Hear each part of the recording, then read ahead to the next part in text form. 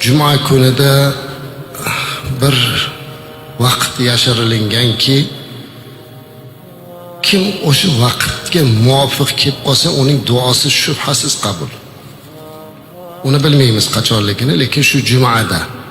Shuning uchun juda ko'pchilik payshanbaning kechasidan boshlab duoga mashg'ul bo'ladilar, chunki asrdan keyin kun almashadi shariatda. Asr payshanbani asridan keyin juma kiradi.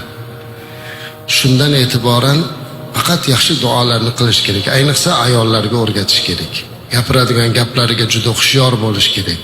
Bola tarbiyasida bolasi jahlan chiqarsa, o'lgur devorish kerak emas. Haligi daqiqaga to'g'ri kelib qolishi mumkin.